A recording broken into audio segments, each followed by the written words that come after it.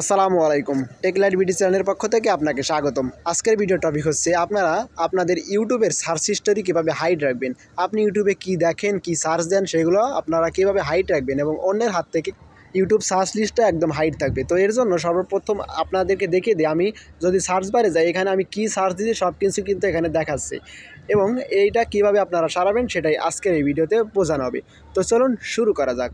সর্বপ্রথম আপনার ফোন থেকে ইউটিউব অ্যাপটি ওপেন করে নেবেন। ওপেন করার পর আপনারা নিচের দিকে আপনাদের অ্যাকাউন্টে চলে যাবেন। অ্যাকাউন্টে চলে যাওয়ার পর আপনারা উপরের দিকে সেটিংস নামের একটি আইকন দেখতে পারবেন। আপনারা জাস্ট সেটিং আইকনের উপর একবার ট্যাপ দিবেন।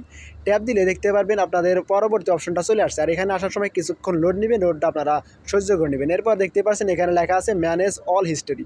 আপনারা জাস্ট ম্যানেজ অল হিস্টোরির উপর একবার ট্যাপ দিবেন। এখানে আপনাদের নেট কানেকশনটা ভালো থাকতে হবে।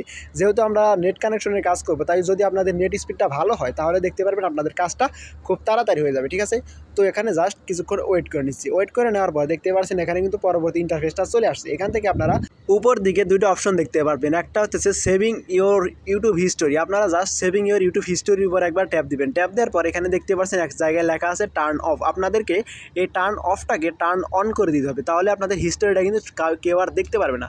ঠিক আছে, তো আমি টার্ন অফের উপর ট্যাপ দেওয়ার পর নিচের দিকে একটা লেখা আছে পজ। আপনারা এখান থেকে জাস্ট পজের উপর একবার ট্যাপ দিয়ে দিবেন। ট্যাপ দেওয়ার পর কিছুক্ষণ লোড নেবেন। লোড নেওয়ার পর আপনারা এখান থেকে ডিলেট ওল্ড অ্যাক্টিভিটি, অর্থাৎ আপনার যত অ্যাক্টিভিটি আছে সবগুলো কিন্তু এখান থেকে ডিলেট হয়ে যাবে। এটার উপর ট্যাপ দেওয়ার পর আপনাদের এখানে দেখাচ্ছে আপনারা কতক্ষণের জন্য এই হিস্টোরিটা ডিলিট করে দেবেন। আমি যেহেতু অল টাইম বা সব সময়ের জন্য ডিলিট রাখবো, তাই আমি এখান থেকে অল টাইমটা সিলেক্ট করে দিচ্ছি। সিলেক্ট করে দেওয়ার পর দেখতেই পারছেন এখানে কিন্তু সার্চ হিস্টোরি দেখাচ্ছে। আপনারা যদি নিচের দিকে ডিলেটের উপর ট্যাপ দেন, ট্যাপ দেওয়ার পর দেখতে পারবেন আপনাদের সমস্ত হিস্টোরি ডিলিট হয়ে গেছে।